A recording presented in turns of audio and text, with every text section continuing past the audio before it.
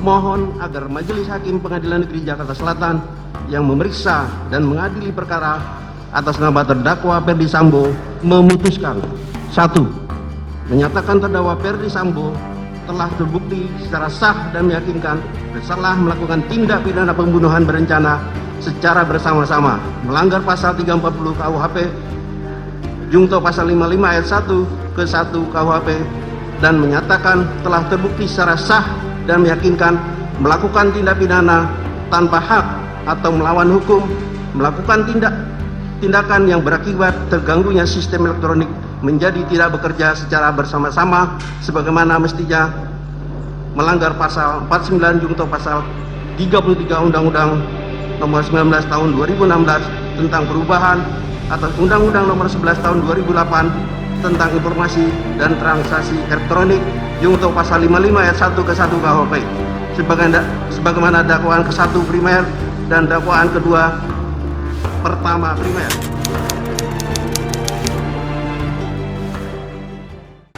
Jadi benar kita sedang di rumah Pak Samuel, orang tua dari almarhum Brigadir Yosua. Kita akan ngobrol ringan untuk mempertanyakan pendapat beliau terkait dengan tuntutan jaksa terhadap Ferdy Sambo. Selamat malam Pak Samuel. Selamat malam. Apa kabarnya? Sehat. Sehat ya? Ya. Alhamdulillah ya. Gimana sudah melihat tuntutan jaksa hari ini, mendengar, melihat dari TV gitu?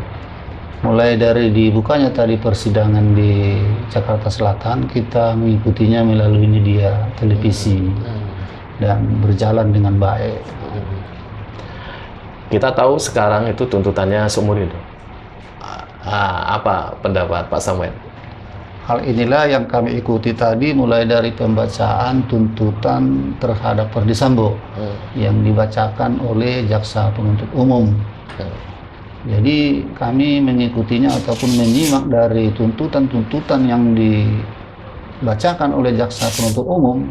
Dengan jelas di sana semua tuntutan itu saya lihat tidak ada yang meringankan Ferdy Sambo. Dan di sana dengan jelas dikatakan ataupun dibacakan oleh jaksa penuntut umum bahwa unsur-unsur pembunuhan berencana ini terpenuhi. Oleh sebab itu, masih di dalam pembacaan tuntutan jaksa penuntut umum, kami sudah sangat berharap sekali agar pasal 340 diterapkan buat Ferdy Sambo, yaitu hukuman terberat, yaitu hukuman mati. Dan di penghujung pembacaan tuntutan itu dibacakan jaksa penuntut umum, di sana tergamblang dikatakan oleh jaksa penuntut umum bahwa yang meringankan Ferdy Sambo itu tidak ada.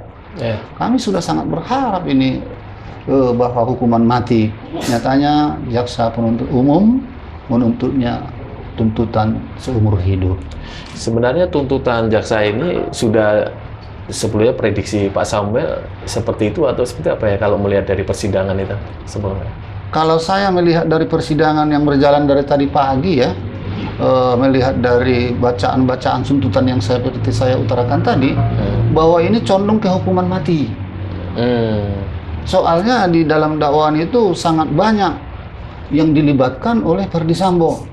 Termasuk itu anggota polisi yang dilibatkannya. Ada 90-an orang, yang dipecat berapa orang, yang diemosi berapa orang. Kasihan itu nengok anak istrinya di rumah. Nah, hasil daripada tipu muslihat si Ferdy Sambo. Begitu juga terhadap pembunuhan anak kita almarhum. Begitu sadis. Jadi saya rasa sudah cukup untuk dibuktikan, dijatuhkan sama dia hukuman mati. Kalau misalnya kita lihat dari awal itu Pak Samuel, kita kan mengikuti dari awal ya, mulai dari bagaimana terbongkarnya kasus pembunuhan ini, kemudian sampai proses yang sangat panjang dan penuh dinamika. Tuntutan jaksa ini sebenarnya sudah mewakili keadilan keluarga belum nih? Bagaimana mau saya bilangnya? Sebenarnya jaksa ini kan, jaksa penuntut umum ini adalah mewakili keluarga di sana di pengadilan. Tapi yang sangat kami perhatikan tadi, itulah tuntutan itu, harapan kami itu belum terpenuhi, yaitu tuntutan untuk hukuman mati. Memang sebenarnya jaksa itu di sana adalah sebagai utusan kita, pengganti kita untuk menuntut. Orang itulah utusan kita melalui negara. Kalau melihat tuntutan yang belum memuaskan dari keluarga, apa yang ingin disampaikan kepada para jaksa-jaksa itu, Mas Samuel? Saya rasa yang ingin saya sampaikan, memang kami sangat berterima kasih kepada jaksa. Mereka sudah berjerih payah melakukan tuntutan terhadap Ferdy Sambo. Sudah berusaha siang dan malam, memeras keringat, memeras pikiran. Tapi dalam hal ini, biarpun mereka menuntut si Ferdy Sambo seumur hidup, tapi harapan kami satu-satunya adalah Pak Hakim untuk memutuskan nanti di pengadilan terakhir agar dijatuhkan hukuman mati. Ini kan Pak Samuel mengikuti dari awal persidangan. Iya. Kalau kita lihat kayak Pak Hakim itu kan cukup tegas juga tuh. Ada harapan khusus nggak dengan Pak Hakim ini? Memang mulai dari persidangan dimulai tanggal 25 bulan 10 yang lalu, saya sangat membanggakan hakim di Pengadilan Negeri Jakarta Selatan, ketiga-tiganya hakim. Begitu juga ketua hakim, saya lupa namanya. Begitu tegas terhadap para terdakwa. Begitu dia tahu tujuan apa kata terdakwa itu semua. Sering dia mengatakan, Pak Hakim ini sudahlah, saya sudah tahu apa di pikiranmu itu, tapi teruskanlah kebohonganmu ini. Kalau berbohong, kamu yang konsekuen. Itulah yang diucapkan oleh Ketua Majelis Hakim. Jadi kami sangat mengapresiasi dari awal Pak Hakim yang bertiga ini. Tapi inilah yang sangat kami harapkan nantinya untuk memberikan keputusan bagi kami yang seadil-adilnya, yaitu hukuman mati. Kita tentu punya harapan nanti, pengadilan masih berjalan. Bisa saja hakim juga vonisnya lebih berat juga. Iya. Kalau lihat tuntutannya hanya seumur hidup, kira-kira bisa juga hakim nanti akan memutus lebih ringan dari situ. Tapi sebagai orang tua almarhum Brigadir Yosua, untuk memenuhi rasa keadilan, kira-kira hukuman yang pantas versi Tambu itu memang harus hukuman mati. Iya. Kenapa saya bilang harus hukuman mati? Kalau kita ikuti fakta-fakta di persidangan itu, perbuatan dia itu sudah sangat keji. Apalagi dia itu seorang polisi, dia itu seorang petinggi polisi, pejabat utama di Mabes Polri, berpangkat Irjen, Kadipropam lagi, polisinya polisi. Seharusnya dia itu memberikan contoh terhadap masyarakat, apalagi terhadap anggota polisi yang ada di Republik ini. Ini perbuatan dia ini sudah di luar daripada anggota polisi yang biasanya. Makanya saya bilang begitu, dia tidak bisa menjadi suatu contoh di tengah-tengah kepolisian kita.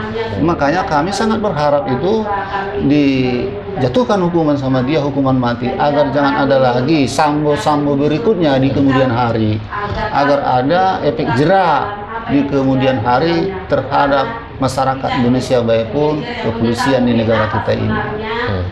Pak Samuel, kita kan lihat nih yang orang yang membunuh almarhum itu kan memang orang yang berpangkat tinggi, dan kita lihat fakta-faktanya itu kan juga mereka melibatkan banyak orang lah di sekeliling mereka gitu ya. Dan kita tahu bahwa ini terkait dengan kekuasaan di kepolisian. Sebenarnya Pak Samuel itu sudah menduga sih, sudah menduga belum sih kalau nanti kira-kira hasil dari persidangan ini tidak sesuai ekspektasi keluarga gitu? Kalau soal hal ke situ ya kami tidak bisa menduga dari awal. Cuman kami berusaha semaksimal mungkin mendoakan persoalan ini agar terbuka seterang-terangnya, agar kasus ini boleh berjalan dengan baik sampai ke pengadilan. Dan harapan kami mulai dari ada kasus ini, yang kami harapkan adalah hukuman yang setimpal kepada yang melakukan pembunuhan terhadap anak kami, apalagi aktor intelektualnya. Kalau apa namanya pihak pengacara atau sudah ada diskusi-diskusi nggak sebelumnya atau setelah tuntutan ini terkait dengan Ferdi Sambo? Setelah dibacakan tadi tuntutan terhadap Ferdi Sambo, kami dengan tim pengacara kita belum ada ya pembicaraan secara khusus. Cuman memang tadi salah satu dari tim kita menelpon keadaan kita di Sumber Bahar bagaimana, itu saja. Kalau namun pembicaraan yang khusus belum ada. Belum ada ya? Belum.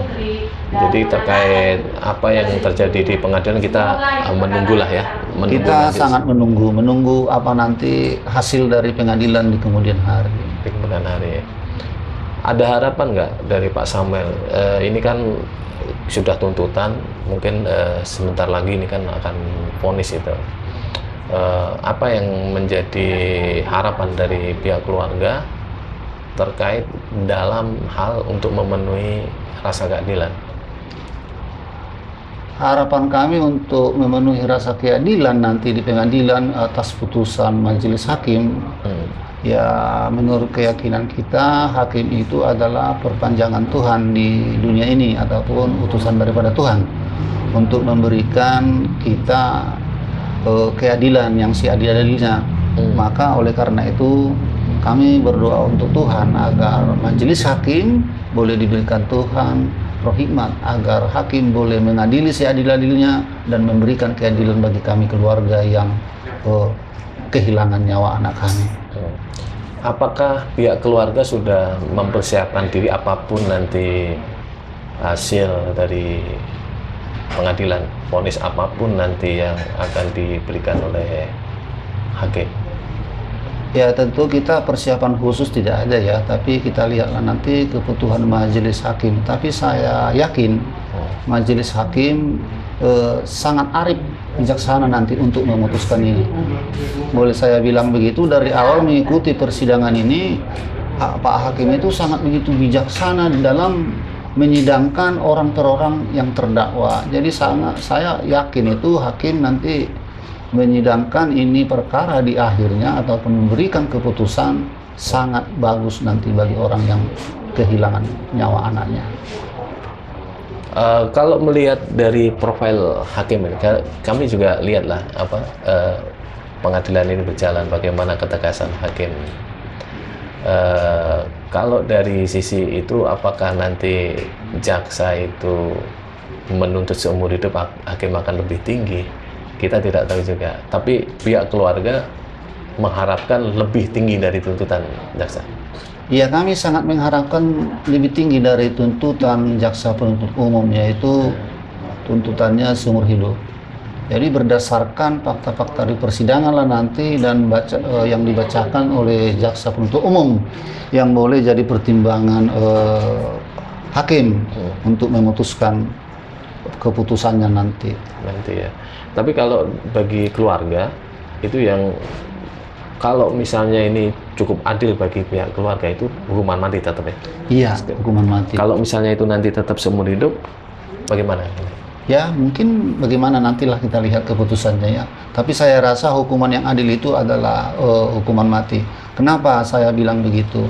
Yang merasa kami kehilangan kehilangan anak. Yang lainnya pun masih banyak yang kehilangan pekerjaan lantaran tipu muslihat si Ferdi Sambo. Contohnya itu boleh kita lihat begitu banyak polisi yang ditipunya. Sampai sekarang masih berjalan proses hukumnya. Itulah hasil daripada kejahatan dia, rekayasa dia. Iya, kalau saya boleh tahu ini mungkin agak sedikit agak bebas saja ini. Maksud saya sebagai orang tua. Iya. Kira-kira kenapa ya jaksa itu nggak mau memaksimalkan tuntutannya gitu sesuai dengan apa yang menjadi pikiran keluarga selama ini gitu? Hal inilah yang menjadi satu pertanyaan bagi kami. Menurut bacaan dia tuntutannya sudah sepantasnya atau selayaknya dibacakan tuntutan itu hukuman mati. Tapi dengan sendirinya jaksa menuntutnya di tuntutan itu seumur hidup. Ada apa ya? Itu aja di pikiran kami. Untuk menyimpulkan kita itu ya bagaimana lah. Mungkin ada kesimpulan tersendiri bagi jaksa. Tapi bagi keluarga ada sesuatu yang merasa ganjal gitu ya? Kenapa nggak memakai yang maksimal aja gitu? Memang ada pemikiran kita kenapa tidak memakai hukuman maksimal ataupun hukuman mati. Misalnya. Tapi kita berpikir mereka kan memang ahlinya ke sana. Mungkin ada pemikiran dia, pertimbangan dia yang sepantasnya dia rasa hukuman seumur hidup. Tapi menurut kami untuk menjurus ke hukuman mati sudah cukup fakta. Itulah. Pak Samuel, saya mau tanya yang lebih pribadi nih. Ini kan sudah berjalan sejak Juli ya, dan sekarang kita sudah di Januari 2023. Bagaimana Pak Samuel setelah melalui semuanya ini, apakah memang sudah ikhlas betul ini semua akan berjalan sesuai hukum, dan nanti meskipun hukum tidak sesuai harapan? Kita nanti berbicara soal ikhlas apa tidaknya ya, kita ikuti dulu proses hukumnya ini. Memang dari bulan Juli kita mengikutinya tahap demi tahap hingga sekarang sudah setengah tahun atau 6 bulan berjalan. Jadi kita berbicara soal seperti yang diutarakan tadi, di penghujung lah kita lihat nanti, baru kita boleh berbicara suasana sesudah ada putusan akhir dari hakim. Kalau pihak keluarga saat ini kondisinya gimana? Kalau pihak keluarga, terutama istri saya, sudah mulai membaik, sudah mulai stabil kondisi psikisnya. Selalu kami hibur dia, dan ke sekolah pun dia sudah seperti biasa secara perlahan. Jadi sudah mulai bisa menerima semua ini ya? Sudah mulai perlahan-lahan. Cuman ya harapannya dari sisi hukum, keluarga minta keadilan yang seadil-adilnya, yang lebih berpihak kepada korban gitu. Iya, bagi korban. Itulah harapan saya dengan istri, agar hukum ini berpihak kepada si korban, agar roh anak kami Nopriansyah Yosua tenang di alam baka sana. Iya. Kalau selama ini masih ada banyak yang ini Pak Samuel yang datang untuk sekedar untuk menanyakan kabar atau terkait sesuatu yang terkait dengan kasus ini? Yang menanyakan terkait kasus tidak ada, yang paling-paling ada acara-acara yang penting seperti ini di persidangan baru media datang. Adapun datang ke sini ya orang-orang dari jauh sekedar berziarah ke makam. Apalagi di suasana Natal tahun baru kemarin, dari jauh, dari Medan, dari Jawa, dari mana-mana ada saja yang datang berziarah. Dan terakhir kita mau dengar juga akan ada Jalan Yosua itu ya, usulan Jalan Brigadir Yosua. Iya, memang itu ada usulan dulu. Ada usulan dulu melalui tokoh masyarakat Batak lah di unit 1 ini.